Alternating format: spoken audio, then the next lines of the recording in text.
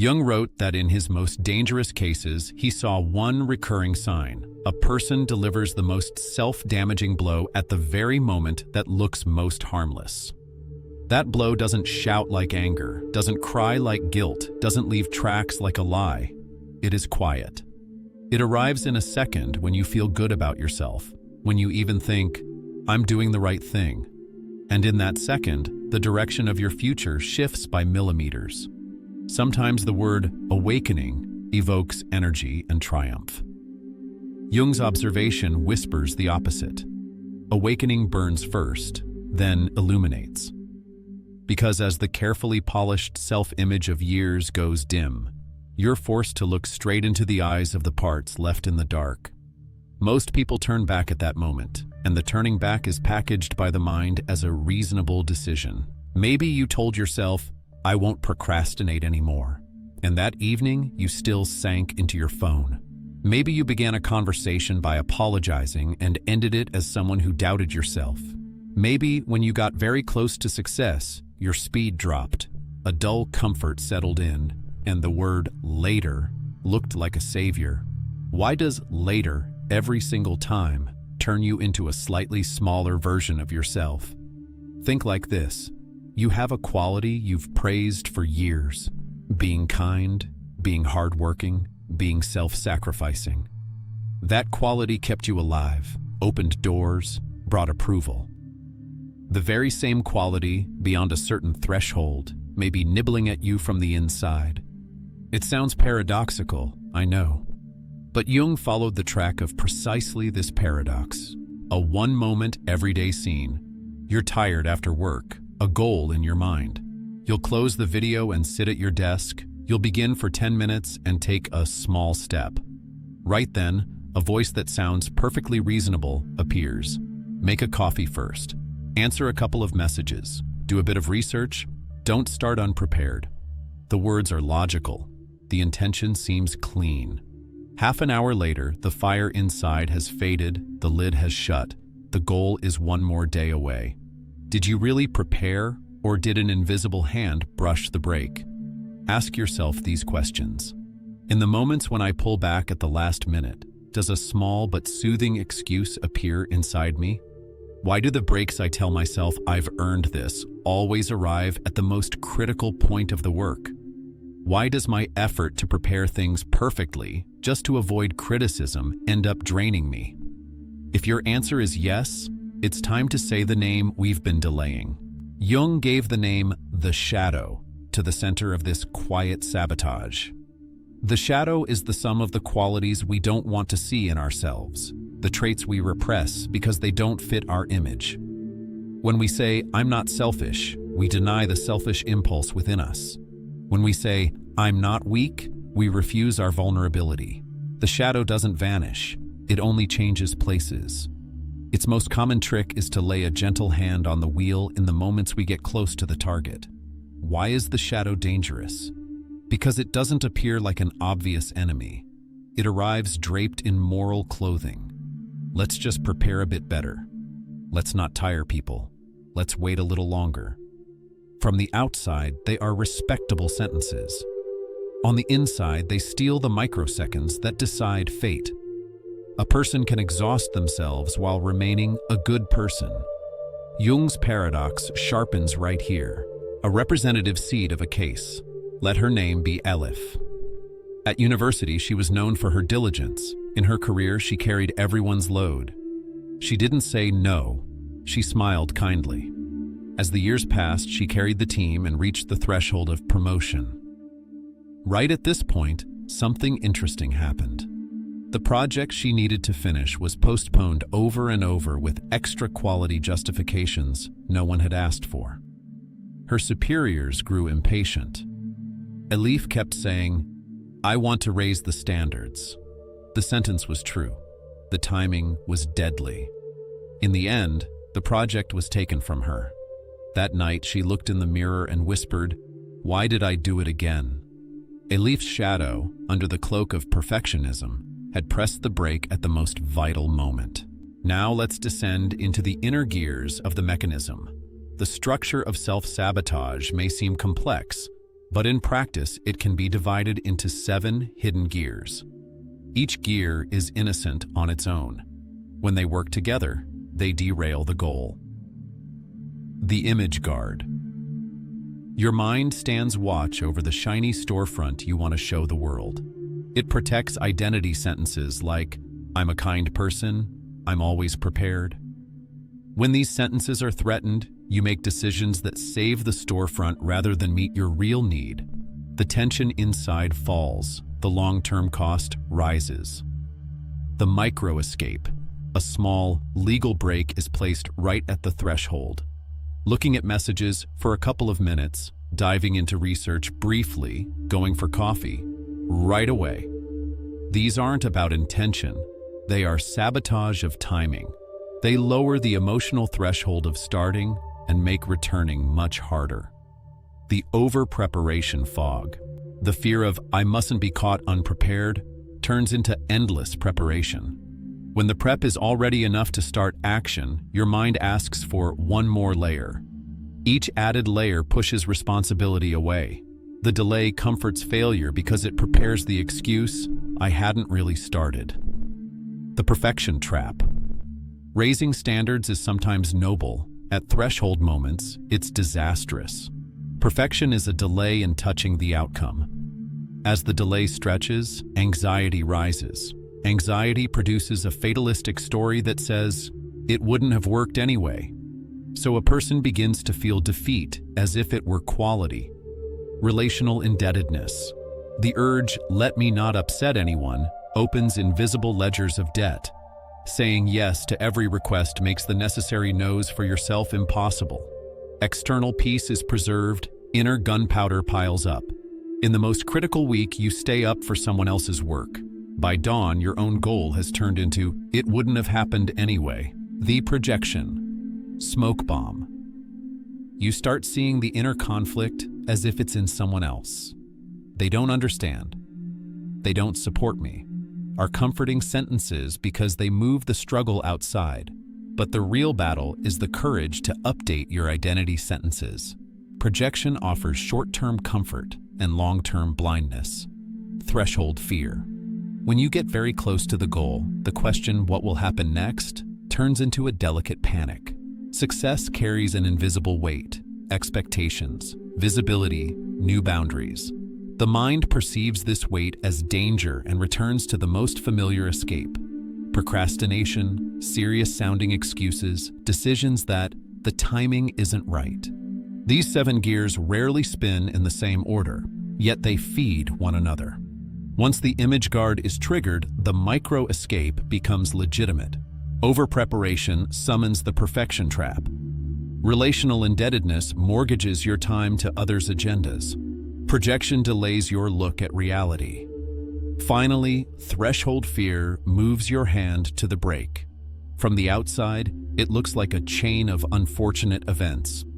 Inside, it is a meticulously running sabotage machine. How does such a machine end up working with good intentions?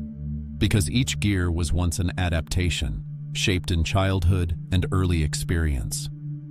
Being kind was the way to survive in that home. Over-preparing was the only method to dodge harsh criticism. Saying yes was the precondition for being loved. These strategies protected you then.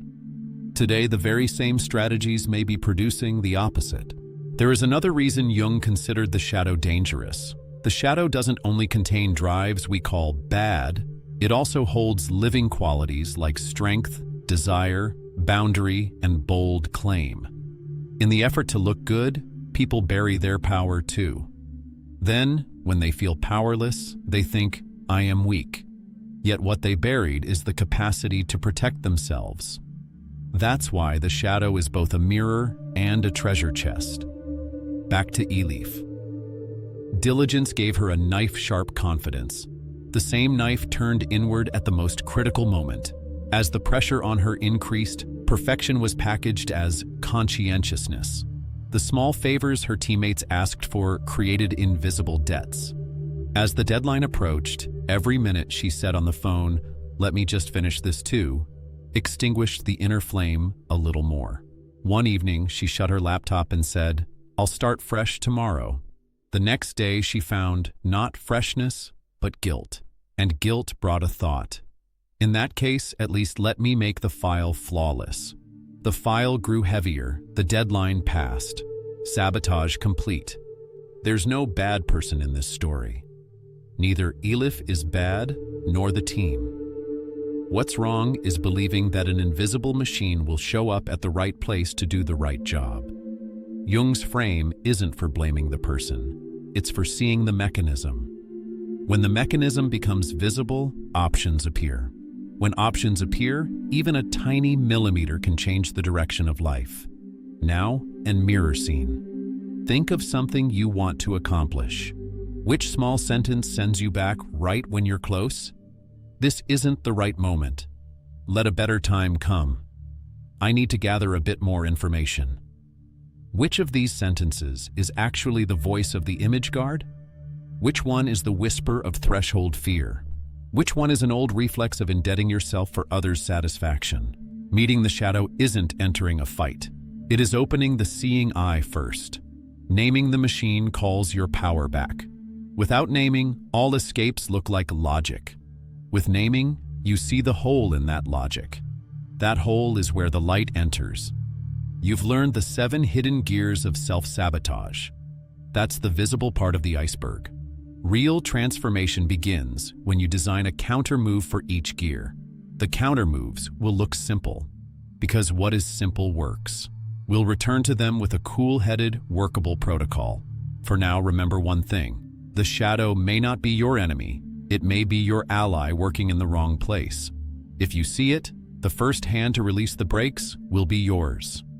Sometimes a day looks unchanged, as if nothing has moved. Yet inside, you hear a small click. You notice that the familiar sentence whispering, "not now," actually means, "I'm afraid of being seen." This is not a dramatic rupture. It's the fog gently lifting. When the fog thins, there's no need for a grand act of heroism.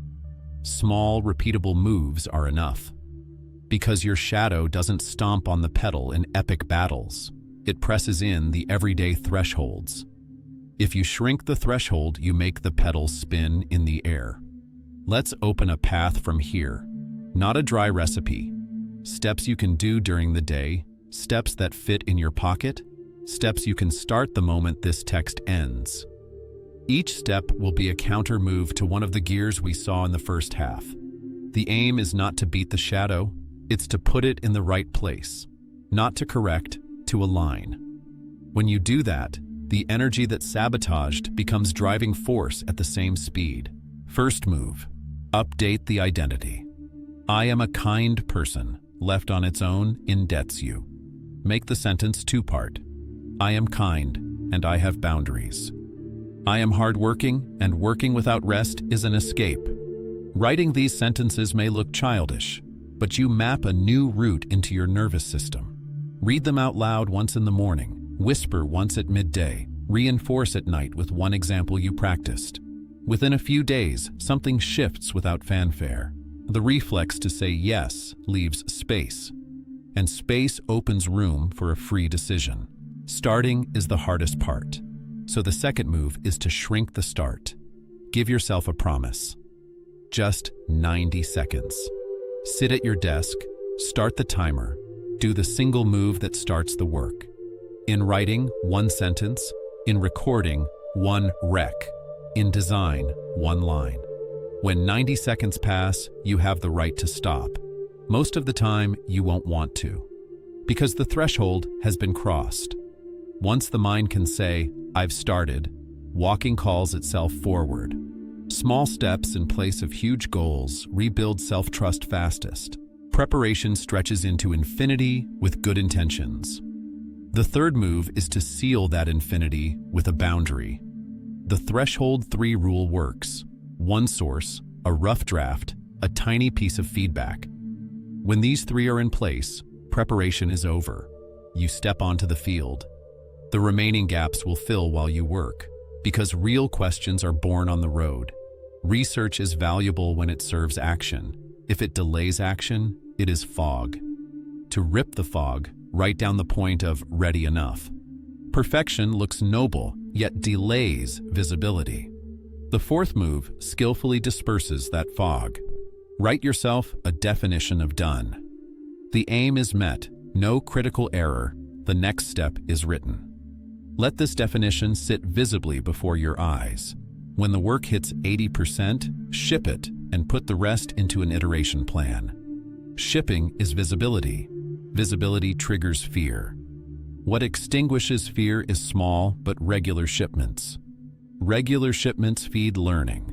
Learning feeds confidence, and confidence feeds motion. Time leaks away in invisible debts.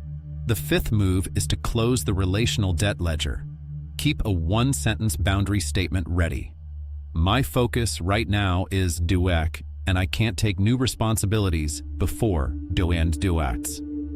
You can use this sentence in 3 ways. You say, not now. Today won't work. I can circle back after Friday. You say, not me. I'm not the right person for this. Try, oh. You say, not this way. I can spare 15 minutes for a short version. For the full version, let's schedule next week. In the first attempts, a warm wave rises in your body. After a few repetitions, it begins to fade.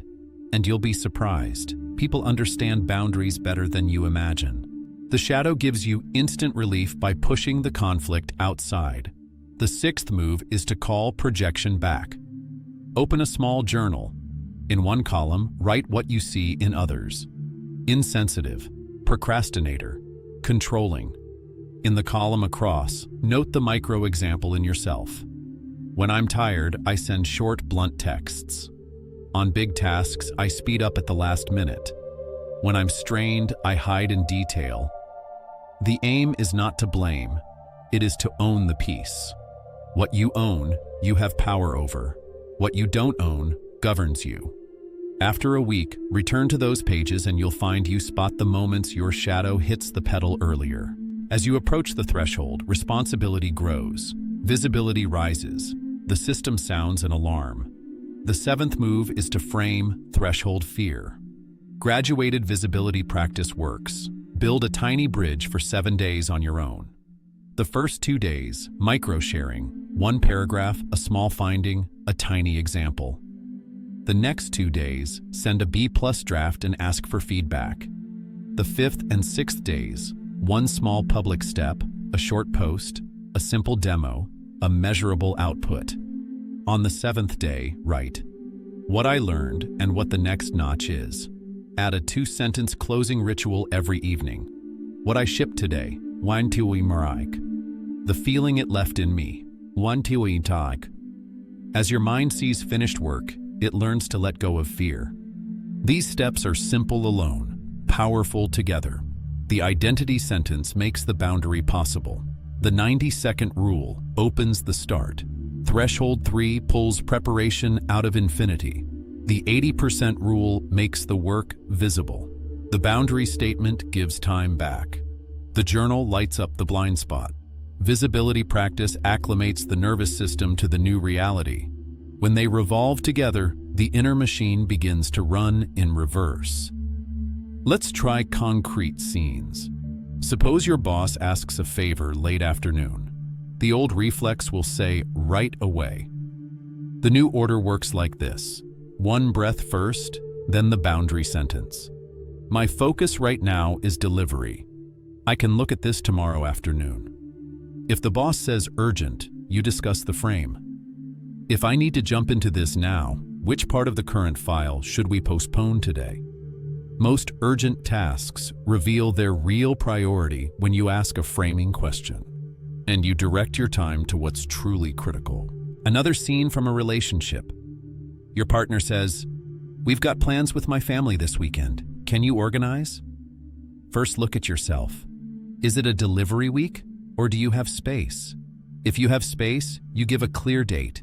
If not, you speak kindly but plainly. You matter to me, and this is a delivery weekend. Sunday evening, I'll call and plan these 3 items.